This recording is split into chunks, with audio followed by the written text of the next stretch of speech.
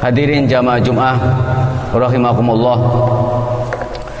Pada kesempatan khutbah Jumat ini, sebagai khotib sholat Jumat tak bosan-bosannya saya mengajak kepada diri saya sendiri dan saudara-saudara sekalian, marilah tingkatkan ketakwaan kita kepada Allah Subhanahu wa taala, yakni dengan menjalankan semua perintahnya dan menjauhi segala larangannya dalam kondisi apapun.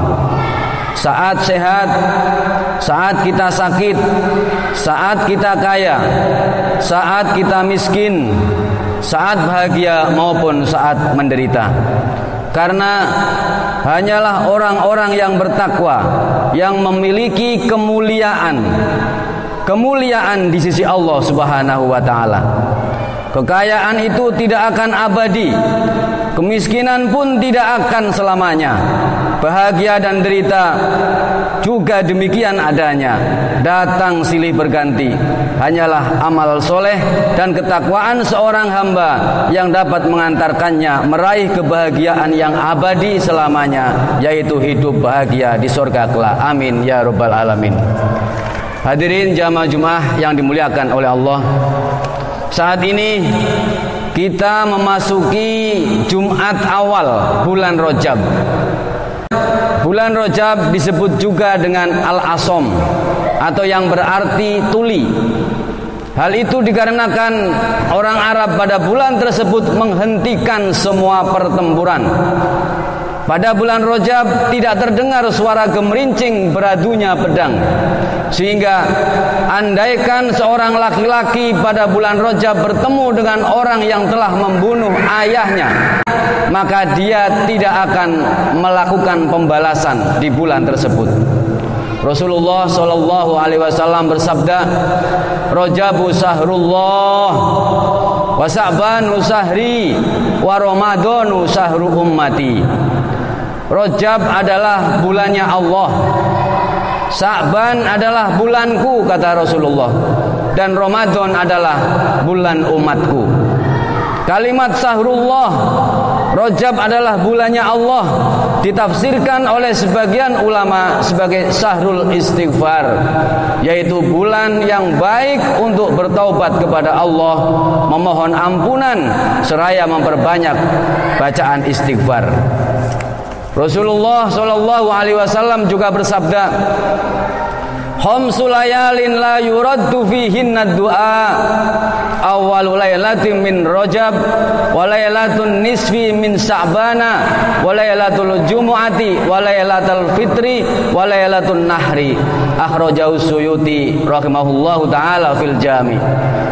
Rasulullah bersabda bahwa ada 5 malam yang doa di dalamnya tidak ditolak oleh Allah Subhanahu wa taala, yaitu malam pertama bulan Rajab, malam nisfu Sa'ban atau malam pertengahan bulan Sa'ban, malam Jumat, malam Idul Fitri dan malam Idul Adha. Dan pada bulan-bulan ini Rasulullah Shallallahu Alaihi Wasallam 1400 tahun yang telah berlalu mengalami peristiwa yang sangat fenomenal, yaitu peristiwa Isra Mi'raj. Lafaz Isra secara bahasa bermakna perjalanan malam, sedangkan Mi'raj menurut bahasa bermakna tangga untuk naik. Namun yang dimaksud Isra Mi'raj menurut kacamata Islam adalah perjalanan Rasulullah Shallallahu Alaihi Wasallam di malam hari, mulai dari Masjidil Haram yang ada di Mekah hingga Masjidil Aqsa yang ada di Palestina.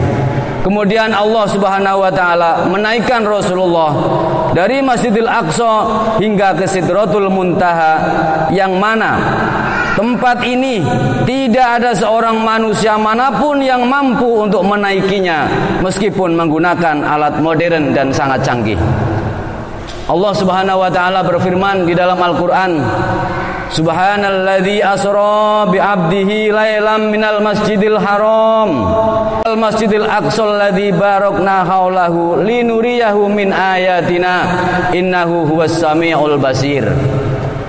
Maha suci Allah yang telah memperjalankan hambanya pada suatu malam dari Masjidil Haram ke Masjidil Aqsa yang telah kami berkahi sekelilingnya agar kami perlihatkan kepadanya sebagian dari tanda-tanda kebesaran kami. Sesungguhnya Dia adalah Maha mendengar lagi Maha mengetahui. Dalam ayat di atas dijelaskan tujuan dan hikmah Isra Mi'raj adalah salah satunya ialah memperlihatkan kepada Rasulullah tentang ayat-ayat tanda kebesaran kekuasaan Allah. Beliau diperlihatkan keajaiban-keajaiban yang ada di langit, alam malakut seperti sorga, neraka, dan arsy. Beliau berkumpul dengan para nabi terdahulu. Beliau bermunajat kehadiran Allah Subhanahu wa taala tanpa hijab. Menerima perintah yang sangat mulia, yakni perintah salat dan serangkaian peristiwa-peristiwa yang menakjubkan.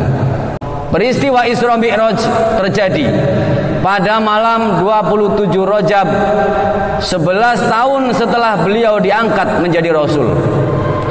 Dan di bulan itu disebut juga dengan Amul Husni atau tahun duka cita. Karena Rasulullah mengalami berbagai cobaan yang beruntun, yaitu dari wafatnya Abu Thalib, paman yang selalu membela dan mengasuhnya sejak kecil hingga beliau dewasa, dan hingga beliau diangkat menjadi rasul. Tidak lama kemudian istrinya Sayyidah Khadijah, istri yang setia mendukung dan menemani beliau dalam menegakkan risalah kenabian, juga meninggalkannya. Setelah wafatnya Abu Thalib dan Sayyidah Khadijah, serangan kaum Quraisy semakin gencar, sehingga beliau harus hijrah ke Taif dengan harapan di Taif akan mendapatkan perlindungan dari masyarakat setempat, dengan pertimbangan bahwa ketiga kepala suku Taif masih ada hubungan saudara. Namun takdir berkata lain. Beliau di Taif diusir penuh dengan hinaan dan cacian. Bahkan Rasulullah dilempari batu, kaki dan kepalanya berdarah-darah. Pada saat itu Rasulullah dilanda kesedihan. Allah Subhanahu wa taala kemudian menghibur beliau dengan Isra Mi'raj untuk memperlihatkan tanda-tanda kebesaran Allah.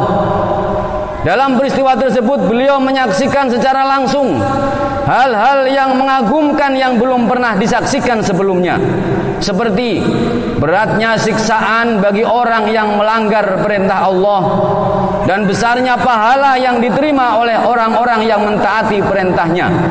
Di saat itu beliau juga diberi amanah untuk menjalankan sholat wajib 5 waktu dalam sehari semalam yang semula berjumlah 50 waktu. Termasuk hikmah dari Isra Mi'raj yaitu ujian. Ujian yang begitu berat bagi Rasulullah, para sahabat dan umat Islam pada saat itu.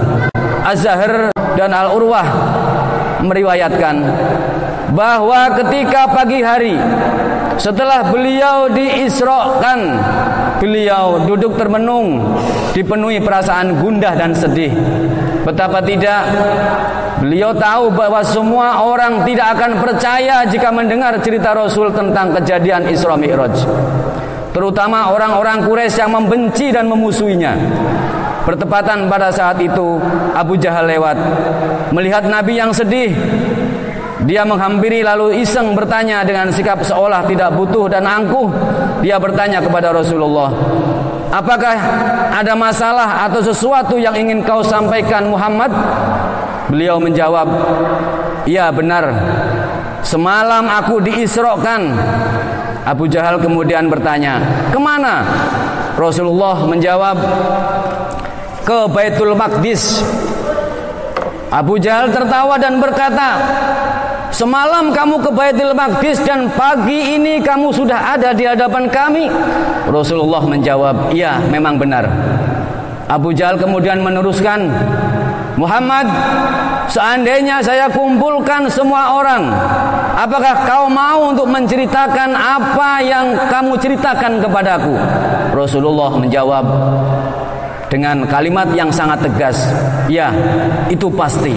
Kemudian Abu Jahal mengumpulkan semua orang Quraisy dan Rasulullah menceritakan semua kejadian semalam kepada mereka. Mereka begitu heran. Orang-orang banyak yang tidak percaya. Mereka hanya menganggap itu kebohongan dan omong kosong belaka. Bahkan mereka menganggap Nabi Muhammad sudah gila. Sampai akhirnya datang Abu Bakar yang membenarkannya. Dan orang-orang kafir Quraisy pun bertanya, wahai Abu Bakar, apakah engkau percaya dan membenarkannya? Abu Bakar menjawab, walaupun lebih mustahil dari itu, aku percaya bila itu datangnya dari Rasulullah Muhammad SAW. Itulah sebabnya Abu Bakar kemudian mendapatkan tambahan gelar dalam namanya, yaitu Abu Bakar Siddiq. Tidak cukup dengan itu, orang-orang Quraisy menghujat Rasulullah, meminta bukti kebenaran cerita beliau seraya berkata, coba jelaskan Muhammad kepada kami mengenai Baitul Maqdis. Kemudian Rasulullah menjelaskan dengan gamblang hingga malaikat Jibril membawa Baitul Maqdis turun di hadapannya untuk dilihatkan kepada Rasulullah. Dijelaskan kepada kaum orang Quraisy begitu detail, namun mereka tidak puas begitu saja. Meskipun Rasulullah menjawab dan menerangkan secara detail, akan tetapi mereka tetap saja tidak mau mengakui kebenaran Rasulullah SAW. Bahkan mengatakan bahwa itu semua adalah upaya dalam memperlihatkan ilmu sihir. Hadirin, disinilah wahai kaum muslimin yang dirahmati oleh Allah, kita semua diuji, keimanan kita diuji.